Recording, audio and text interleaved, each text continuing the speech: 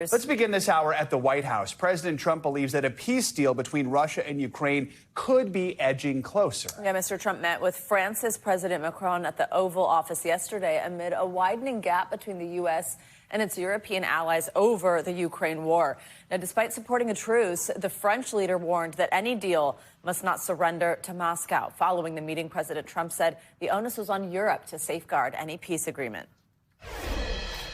Our focus is on achieving a ceasefire as soon as possible and ultimately a permanent peace. I'm also pleased that President Macron agrees that the cost and burden of securing the peace must be borne by the nations of Europe, not alone by the United States. And Europe must take that central role in assuring long-term security of Ukraine, which they want to do. NBC News White House correspondent Aaron Gilchrist joins us now. Aaron, the meeting between these two leaders, I mean, it appeared friendly and cordial, but there are still big differences between both sides, specifically when it comes to Ukraine. Tell us about that. Yeah, you heard the president speaking about some of the places where they align, but you're right, there are some differences as well. President Trump really focusing on the deal that's being made with Russia in particular. We know that his team met with some of their Russian counterparts last week in Saudi Arabia, and the president seemed to suggest that there was a deal that those teams are getting close to making on ending the war in Ukraine. Of course, we know that Ukraine was not a part of that meeting that happened last week, although the administration has had people in Ukraine talking to the Ukrainians. President Trump has indicated that there would be additional meetings that would include the Ukrainians. He also said that there's some movement toward a deal on rare earth minerals and the U.S. having access to those minerals in Ukraine, sort of in repayment for money that the U.S. has put up to help Ukraine in this war with Russia. President Macron, for his part, really focused on making sure that whatever the end result is, there is security for Ukraine, sovereignty for Ukraine, security guarantees from the U.S. and European nations as well. And he offered a word of caution to President Trump in his dealings with the Russians. I want you to hear part of what President Macron said on Fox News last night. Be careful, because we need something substantial for Ukraine, but for the security of Europe and France. And second, let's work together on the future to preserve security guarantees, meaning to be sure that this peace will be respected by Russia. First, to have a truce. I think it could be done in the weeks to come. Now, the president's national security advisor said that if the Europeans want a bigger seat at the table in terms of negotiating an end to the war, then they needed to be willing to put up more. And President Macron, Savannah and Joe, seem to suggest that he and other European nations are willing to do that. Aaron, though, this growing split with the EU over Ukraine, it was really underscored at the UN last night during a General Assembly vote, a vote at the Security Council. Talk to us about how the U.S. actually ended up siding with Russia in both those votes and just the significance of that.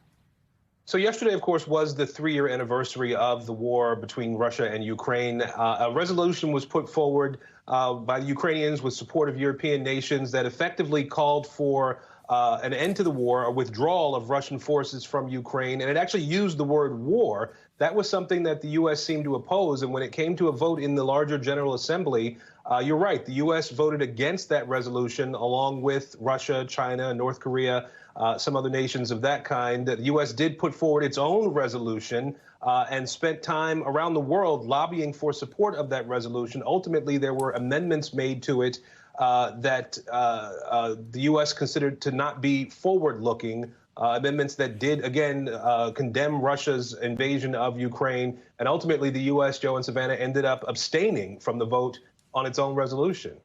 Aaron, while we've got you, if we could turn to some domestic issues, millions of federal workers, there's just so much confusion here over this deadline to respond to an email. It's from the Department of Government Efficiency, of course, the department run by Musk, and it's asking them to list, to kind of bullet out what they did at work last week. First, they were told that they had to respond by midnight last night or they'd be fired. It would be taken as resignation.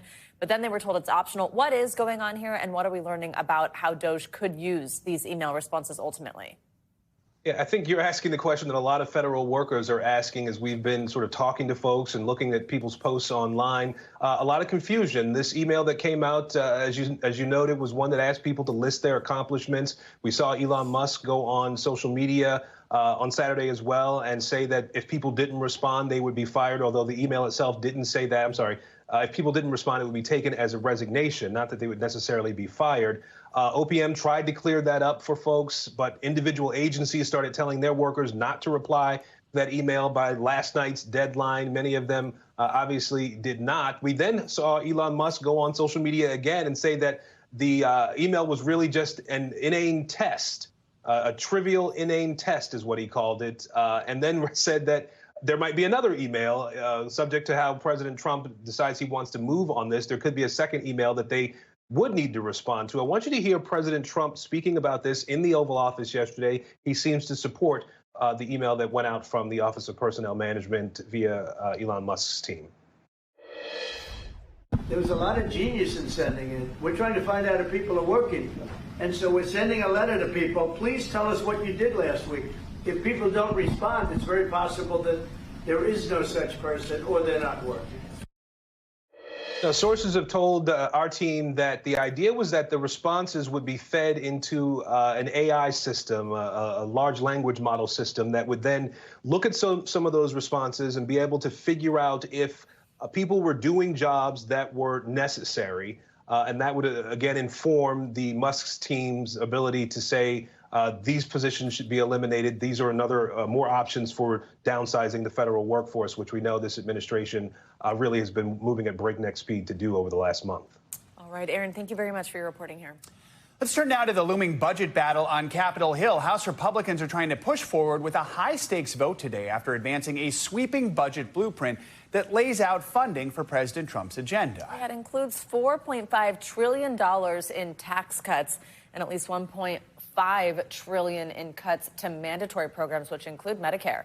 But not everyone is on board. Behind closed doors, Republican leaders have expressed doubts about the timeline for a vote, telling conference members last night that it could slip to later this week. That's according to one GOP source who was there.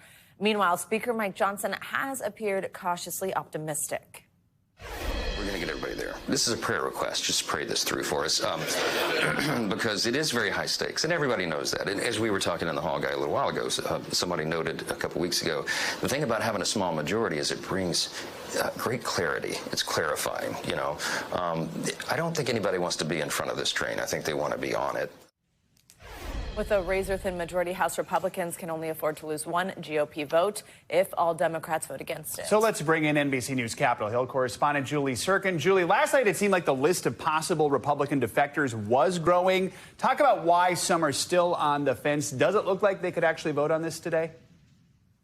It's a great question, and it's a good thing House Speaker Mike Johnson is a man of faith, because he's going to need it today to get through this potential vote tonight. He left the Capitol last night being cautiously optimistic. That's after he met with members from different sides of the caucus, Republicans who are moderate members, Republicans who are more on the conservative end. And the problem for Mike Johnson, we've seen this movie before, is that everybody wants different things, and he only has a one-seat majority. You got some moderates who want Johnson to promise them that he will not touch Medicare, Medicaid, food stamp benefits that are so crucial to their constituents when they're making those cuts. It's really a hard bargain, and it's hard to imagine how they can cut anywhere close to $1.5 trillion, $2 trillion, which is their ultimate goal, without touching those key programs that millions of Americans rely on. Then you have conservatives, for example, Thomas Massie, who is a deficit hawk. He walks around the Capitol with this little debt clock pinned to his lapel. He is an automatic no. So Johnson can't lose anyone beyond Massie to pass this budget resolution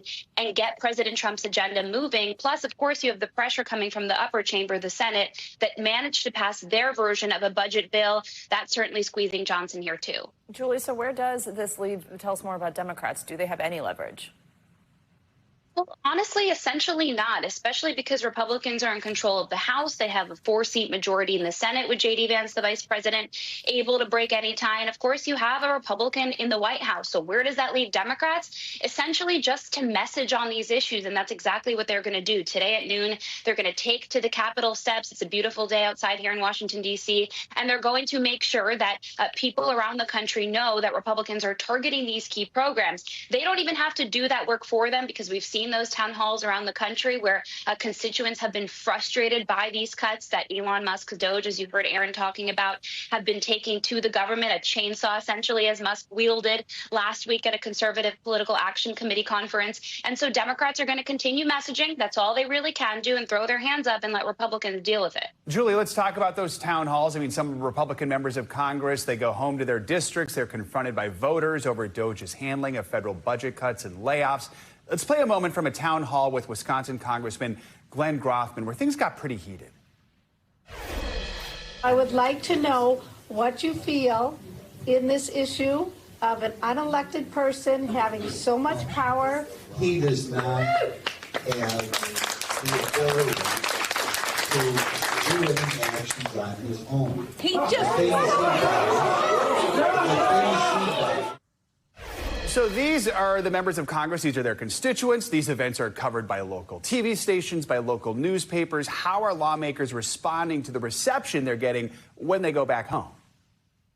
Well, we saw some of them arriving last night, and they are frustrated. Who wants to get yelled at by their constituents, especially constituents who are conservatives? These are conservative red areas, not just in Wisconsin. In Georgia, we saw this happen. In Oregon, we saw this happen. The list really goes on. And then they come back to Washington, D.C., and they have to walk this tightrope of supporting President Trump's agenda, Trump making it very clear that they rode his coattails to the majorities in the House and Senate, Elon Musk threatening primaries. A lot of them are up in 2 years. And so this is a really serious issue for them. There's a group of Republicans in the House who are going to go to the White House today. Rich McCormick, for example, a Republican from Georgia who had a brutal town hall last week, said he's going to make some of his concerns known. They want these cuts to be methodical. They want to cut the deficit. These are, by and large, conservative fiscal hawks. But the way that Elon Musk is going about it is not only hurting their constituents, but it's threatening key programs, and thousands of federal workers have been laid off around the country, not just in D.C. All right. Julie Sirkin, thank you so much. Well, 2025 has been a difficult year for commercial aviation, and Monday saw another incident added to this list. This time, a Delta flight was forced to return to Atlanta after the crew reported a haze filling the cabin shortly after taking off. NBC News correspondent Emily Aketa has the details. Breathe through your clothes, Nana. Scary moments aboard this Delta flight as a haze filled the plane after taking off in Atlanta. Passengers seen covering their faces. The Boeing 717 was only in the air for a few minutes, looping back around for an emergency landing at the world's busiest airport around 9 a.m. Slides were deployed and first responders helped people deplane. We are being evacuated off of the plane. Kristen Morris was among the 94 passengers on the flight bound for South Carolina. No sooner than we took off, the plane was filled with smoke. Delta says 2 people received medical attention, adding in a statement, "Nothing is more important than the safety of our customers and people." The FAA now investigating what went wrong. Aviation analyst John Cox says it looks more serious than it is. This is likely an air conditioning or pressurization issue, and that would not have these people in danger at all. On Sunday, fighter jets escorted this American Airlines plane to Rome after it was diverted because of an emailed bomb threat, later found not credible, according to a source familiar with the situation. And last week, a Delta regional jet crash landed on a snowy Toronto runway, even flipping upside down. Smoky scene in Atlanta further fans' concerns over flying. Emily Ikeda, NBC News. Let's get to your forecast. Last week was freezing. This week we're defrosting with another day of unseasonably warm and welcome temps ahead for parts of the country. Angie Lassen has your forecast. Hey, Angie, good morning. Morning, guys. We do have some warmer air spreading in thanks to those southerly winds coming around that high pressure that's just hanging out near the Gulf Coast. This is making all the difference for these afternoon temperatures. Some spots are going to be into the 70s today, but look at how much warmer it is compared to last week, the coldest day. Almost 70 degrees warmer in Wichita today. We've got 64 on tap for St. Louis, Little Rock into the low 70s, and Dallas expected to hit 75 degrees today as well. Farther to the east and into tomorrow, you can see temperatures still fairly nice. We end up into the 50s for Pittsburgh. We're talking about a 35-degree warm up compared to last week in Washington, D.C. We land near 70 in Raleigh, mid-70s for Atlanta. Overall, feeling very spring-like over the next couple of days. That even continues into the late part of our work week and into our weekend. A little less warm, but still mild by all means. 46 degrees on Thursday in Columbus. We drop down to those low 40s, but we are right back close to 50 by the time Saturday rolls around. We're near 70 in Raleigh on Saturday. We had those 60s in place for Atlanta through the end of the work week and into the weekend. Meanwhile, we have a little bit of rain that we're tracking this morning, working across the Great Lakes and into parts of the Northeast. This is going to be a weak system, one of a couple that we deal with. It's going to be a quick mover, not all that impressive, but there is a little bit of rain and snow to contend with from Ohio to Maine. It won't be a whole lot, but still it could impact those roadways as you're out and about. As we get into tomorrow, this next system works across the Great Lakes. Again, some rain from Ohio to Missouri and a little bit of that snow draped across parts of the Great Lakes. As for the snowfall amounts, 1 to maybe 2 inches through Thursday, not all that impressive, but at this point, we really could take any precipitation that we get. We've still got some of that moderate drought in place for more than 30% of the Northeast. And of course, that means that as we get into spring, specifically April, we'll be watching for that brush fire threat across that region. Out west, we had an atmospheric river event over the weekend, and it's kind of winding down, but we'll still have a little bit of scattered snow showers and rain showers across parts of the northern Rockies. Most of that is going to diminish for coastal Washington, so you'll get a bit of a break from that. But between now and tonight, we could pick up another inch, maybe 2 inches of rain across this region. We're not looking at much in the way of flooding concerns, but still a little bit of wet weather for our friends out west through the next day or so. Back to you. All right, Andrew Lassman, thanks for some good news there. All right, now to some news from our own NBC News family right here. Lester Holt, the anchor and managing editor of Nightly News, announced on Monday that he's stepping down from the broadcast at the beginning of the summer. In his decade in the role, and actually 17 years if you count his time on weekends, Lester has covered the biggest stories of the era, including both elections of President Donald Trump, the COVID-19 pandemic, the Russia-Ukraine war, and the October 7th attacks on Israel. In a note sent to staffers on Monday, Holt wrote, as a 20-year radio reporter on the police beat chasing breaking news around San Francisco, I could never have imagined my career path would unfold in the way that it has. What an amazing ride. The good news, Lester will still be here at the network with a full-time role on Dateline, where he has been the principal anchor since 2011. I can say when I was a college student in Chicago in the 90s, Lester Holt was my anchor. I would watch him anchor the local CBS News. He had this cool little mustache back then. And now to see him at the network, I think of Lester as the Rock of 30 Rock. He is steady. He is unshakable. He is as fair as the day is long. And he's just someone, you know, you're in good hands when Lester Holt is at the anchor desk. I think it's one of the most common things I get asked working here. Is like, is Lester as nice as he seems? Yes. You know what I mean? And the answer is honestly, he's even better. Like, it's kind of startling. Like, you run into him in the hallway and it's just like compliments about your story, asking how you are. It's just, it really is incredible. I dug up a picture of him and I yesterday from when I was in high school when he came to visit NBC San Diego.